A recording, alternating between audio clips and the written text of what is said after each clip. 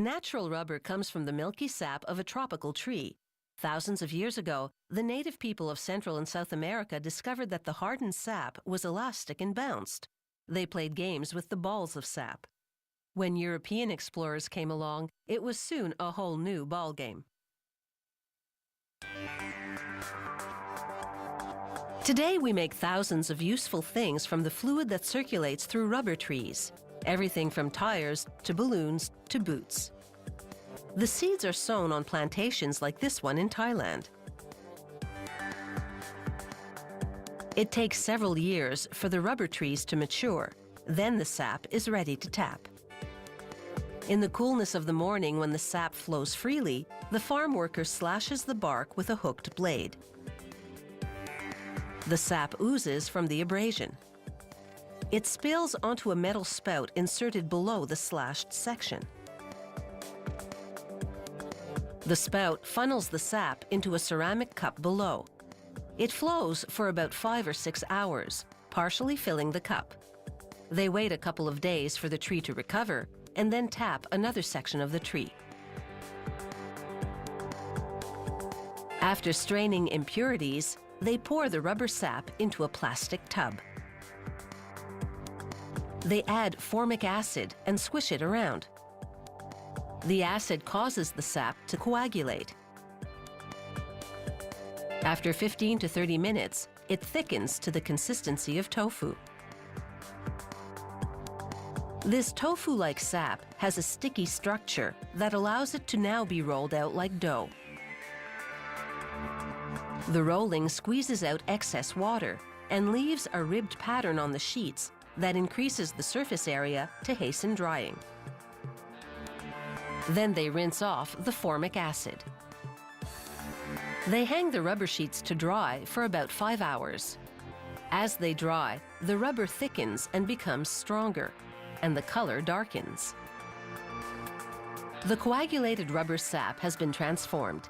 In a few short steps, it's gone from a liquid to a solid.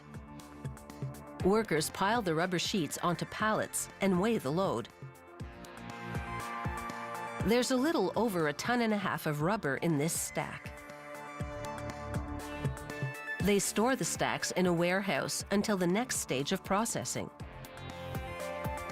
When they're ready to move on, workers peel each sheet from the stack and soak them in water for about 20 minutes. This washes away some of the surface contaminants, but not all. The rubber sheets then go into a machine with many brushes that scrub off more of the dirt. After one more rinse, the rubber sheets are squeaky clean. As you can see, the color of the rubber sheets varies somewhat, depending on the tree they came from, their thickness, and other factors. They hang the sheets on racks to drip dry.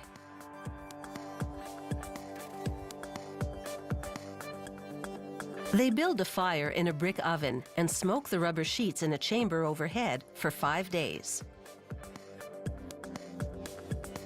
It's a slow, low-temperature smoking that preserves the sheets to prevent the growth of mold.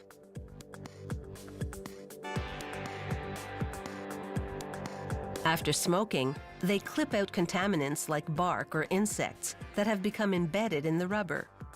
In many cases, they can't get it all. They grade the rubber sheets by examining them against a bright light. Sheets with fewer remaining contaminants receive a higher rating and will command a better price.